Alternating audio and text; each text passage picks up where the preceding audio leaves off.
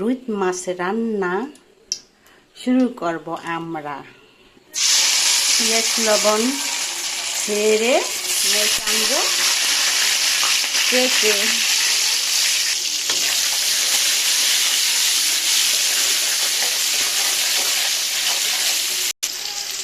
হলুদ দিয়ে আনবো কালার, হলুদ জিরে তাদের থাকা স্বভাব।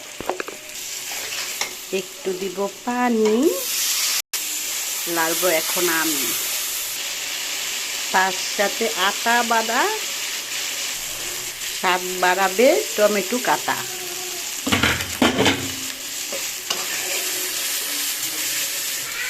কষাবো ভালো করে।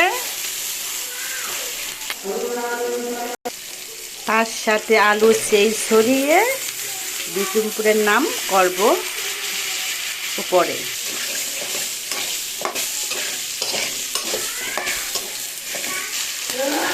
পানি দিয়ে করব ঠান্ডা। এবার দিয়ে দিব রুই মাছের খান্ডা, ডাকবো আমরা। হয়ে আছে আদা আদি, ধনিয়া পাতা দিয়ে এবার করব কাটাকাটি। আমার তরকারি হয়ে গেছে।